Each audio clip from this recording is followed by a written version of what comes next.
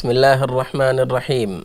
الحمد لله والصلاة والسلام على رسول الله محمد وعلى آله وصحبه ومن والاه. أما بعد، د اسلام خسته دین او ښکلی دین مونږ او تاسو ته هر وخت کې په هر ځای کې داسې ښکلی جامع نصیحتونه کړي دي چې انسان په هغې باندې ښایسته ښکاري، د انسان دنیا او آخرت په هغې باندې ښایسته ښکاري. داسې یو څو شیزونه چې په هغې کې د ټولې دنیا د اخلاقو نچوړ پکې پروت دی، هغه پکې راټول دی. هغې باره کې مختصر یو څو خبرې کوو. فرمایي څلور شیونه دي چې کله دا څلور خویونه او خصلتونه په تا کې نو که دنیا درنه لاړه د هغې پروا مه کوه، نو که دنیا کې درنه څه کم شو د هغې پروا مه کوه. اول هغه حفظ امانه، د امانت حفاظت کوه. د امانت حفاظت دا انتهایی ډیر زیات ضروری دی. د امانت کې خیانت نه کول دا د مؤمن نښه ده چې هغه د امانت حفاظت وکړي او امانت کې خیانت ونه کړي.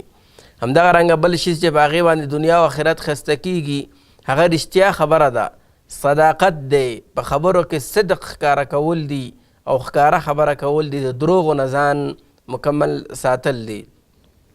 همدغه رنګې بل شي چې انسان په هغې باندې ښه ښکاري هغه ښایسته اخلاق دی چې انسان د خلکو سره کوي. ښایسته اخلاق په کور کې، ښایسته اخلاق ملګرو سره، ښایسته اخلاق ګاونډیانو سره، ښایسته اخلاق د خپل او پردي سره چې څوک پیژنې او که نه پیژنې. همدغه رنګې بل هغه شیز چې هغه د کامیابۍ سبب دی هغه خپل خوراک کې پاکوالی راوستل دی، د حرامو نه ځان ساتل دي، خپل رزق حلال ګټل دي. او دا د دې سبب ده چې د انسان دعا هم قبول شي. نو دغه څلور شیونه چې کله په انسان کې رایوځای شو حقیقت دی په دنیا کې به هم خوشحاله وي او په آخرت کې به هم خوشحاله وي. د الله نه دا دعا کوو چې الله رب العالمین په موږ او تاسو کې دغه څلور خویونه راولي. او دا دومره سخت نه دي که چېرته انسان همت وکړي، که چېرته انسان د دې اراده وکړي او چېرته انسان په دې باندې عمل وکړي. د الله نه دا دعا کوو چې الله رب العالمین موږ او تاسو له په دې باندې د عمل کولو توفیق راکړي.